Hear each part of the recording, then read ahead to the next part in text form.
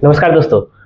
पहले बीम की ढलाई कर लेते हैं, फिर तब जाकर के कुछ दिन बाद छत की ढलाई करेंगे। क्या ये सही है? और यहाँ तक कि मैंने बहुत सारे ठेकेदार मिस्त्री को देखा हूँ कि भाई बीम की ढलाई जो करते हैं वो ऊपर वाला लेयर को 5 इंची छोड़ देते हैं। क्यों भाई? क्योंकि छत का सरिया उसमें घुसेगा और फिर तब जाकर करेंगे। क्या ये प्रोसेस सही है? अगर हम बताऊं, ठेकेदार मिस्त्री जो विलेज एरिया में रहते हैं उनका कहना है ये बहुत जो है अच्छा तरीका है और इससे घर में मजबूती आती है। अब इंजीनियरिंग पॉइंट ऑफ व्यू से क्या है उसके बारे में हम डिस्कशन करेंगे। तो चलते हैं और देखते हैं। यहाँ पे अगर आप देखेंगे तो यहाँ पे क्या हो रहा है। यहाँ पे जो है पहले बीम की ढलाई हो गया है और ऊपर से 5 इंची छोड़ दिया गया है।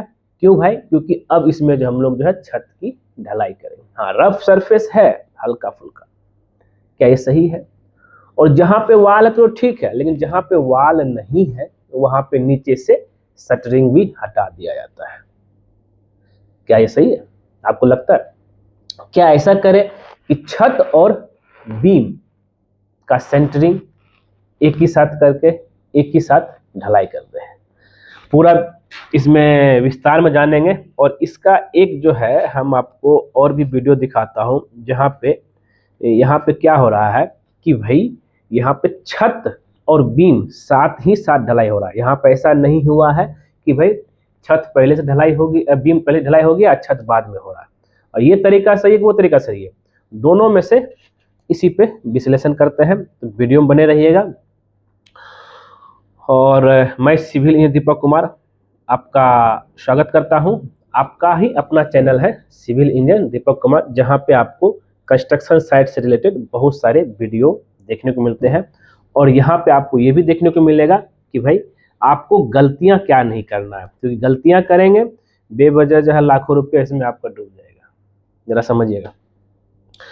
अब देखिए, ये ठेकेदार और मिस्त्री के अनुसार यही सही है, उसको काम करना आसान लगता है। और ये जो है इंजीनियरिंग पॉइंट ऑफ व्यू से ये सही है।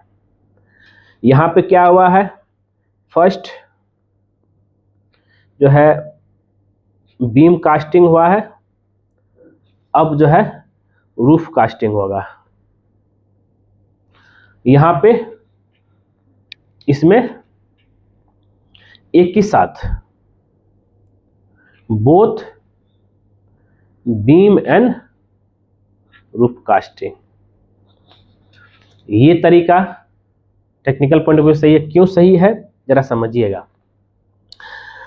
इंजीनियरिंग पॉइंट ऑफ व्यू से जो है हमेशा जो है रूफ प्लस बीम एक ही साथ कास्टिंग होना चाहिए। और इसको हम लोग क्या बोलते हैं, याद रखिएगा, मोनोलिथिक कास्टिंग। इस पे हमें चलना है, ना कि जो है जो हम लोग कर रहे हैं उस पे चलना है। अब मोनोलिथिक कास्टिंग का ये मतलब हो गया ना कि जब भी हम लोग जो है ढलाई करते हैं, ये मेरा मान लीजिए बीम है, इस बीम का सरिया रहेगा, ऊपर नीचे यहाँ पे रिंग भी रहेगा, और इसी बीम में जो है छत, लटक बीम में छत के साथ ढलाई होगा। ये हो गया आपका रूफ। और इसी रूफ से आपका जो है सरिया, टॉप रेनफोर्समेंट और बॉटम रेनफोर्समेंट जाएगा आपका। अब यहाँ पे जो छोड़ा गया है टॉप और बॉटम रेनफोर्समेंट इसमें घुसाने के लिए, अब पॉइंट समझिए जरा सा। अगर हम पहले इतना सा जो है बीम ढलाई कर देते हैं, ये मतलब मैंने ढलाई कर दिए, अब क्या होगा, एक प्रॉपर तरीके से। अब मोनोलिथिक कास्टिंग का मतलब ये हो गया कि अगर हम पहले बीम ढलाई कर दिए फिर बाद में कर रहे हैं, तो इसका जो ज्वाइंट में यहाँ जो आता है ज्वाइंट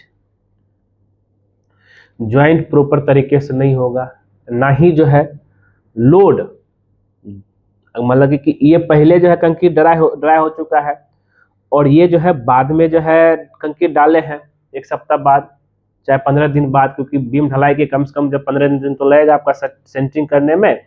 और छत का सरिया बांधने में और प्लस ढलाई करने में। तो दोनों के बीच में बहुत सारा जो है डस्ट अभी आ सकता है, तो प्रॉपर तरीके से ज्वाइंट नहीं होता है।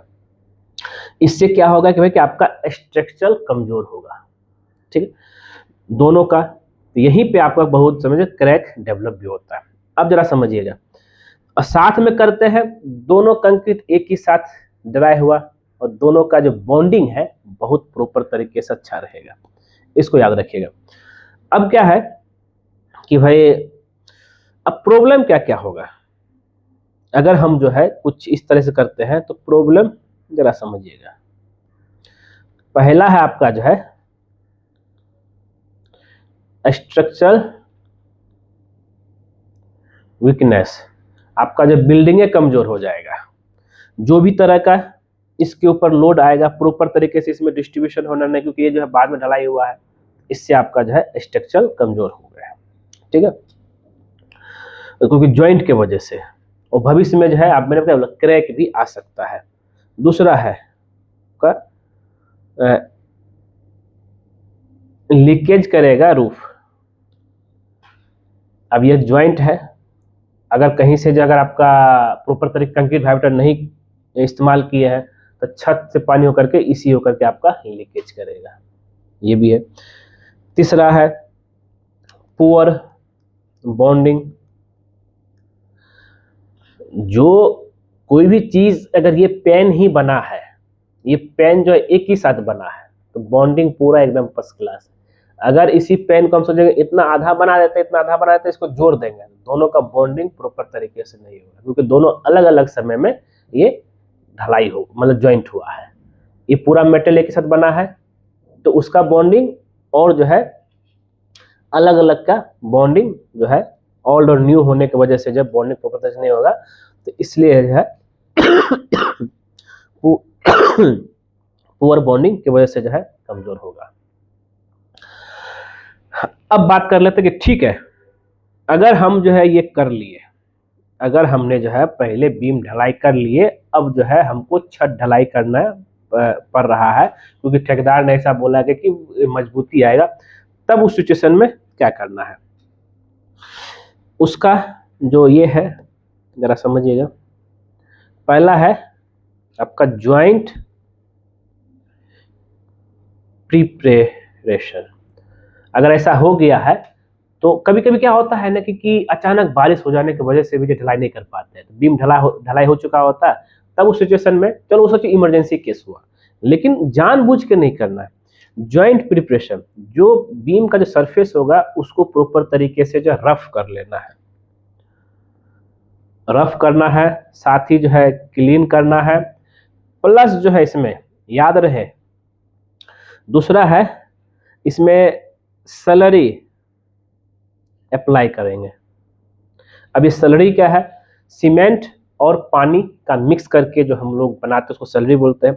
अगर ड्यूरेशन कम है, विद इन 7 डेज अगर आपका सैलरी इस्तेमाल कर सकते हैं, लेकिन अगर ये जो है ज़्यादा दिन हो गया, तब आपको यहाँ पे बॉन्डिंग एजेंट इस्तेमाल करना। अब ये बॉन्डिंग एजेंट क्या है, यहाँ पे बॉन्डिंग मार्केट में मिलता है, ये दो पार्ट में, chemical part A part B, दोनों पार्ट को मिक्स करके जो है इसको जो पुराना कंक्रीट है उस ब्रश के माध्यम से उसको अप्लाई करना पड़ता है, और आधा घंटा के अंदर जो है नया कंक्रीट उस पर ढलाई करना। ऐसा नहीं पूरा हम कर दिए, जहाँ जहाँ ढलाई आगे बढ़ते जा रहा है वहाँ पे आपको ये केमिकल इस्तेमाल करते जाना है।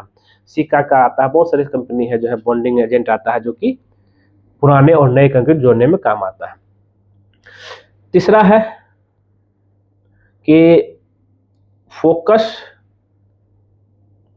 ऑन डिजाइन की हम बात कर लेते हैं। तो अगर इस तरह सिचुएशन हो गया, तो आप सीधे जो है इंजीनियर से बात कीजिए, ऐसा ऐसा हो गया क्या करना चाहिए, वो आकर के साइट आएगा, प्रॉपर तरीके से जो है सारा चीज सर्वे करेगा, और फिर उसके बाद आपको जो है एक प्रॉपर गाइडेंस देगा। तो ये एक तरीका है जब भी कभी आप जो है इस तरह का चीज आपके साथ होता है। तो अब क्या है, तो अगर हम तो clear and cut monolithic casting सबसे बेस्ट है। माफी चाहता हूँ, पिछला कुछ दिनों से मेरा तबीयत खराब है, तभी वीडियो लेकर आ रहा हूँ। इस तरीके से चलिए, इस तरीके से बिल्कुल नहीं चलना, ठीक है। इसका बॉन्डिंग और बहुत सारा स्ट्रक्चर भी कमज़ोर पड़ जाएगा। ये साथ में कीजिए, जब आप देखिए बीम और छत दोनों साथ में ढलाई हो रहा है, ठीक है। ये हो गया। तो अब हम अगर इसे बोले वे कौन सा सही तरीका है, आंख बंद करके छत और बीम साथ में ढलाई कीजिए, सबसे बेस्ट है। नहीं तो जो है आपका जो है घर भी कमज़ोर हो सकता है।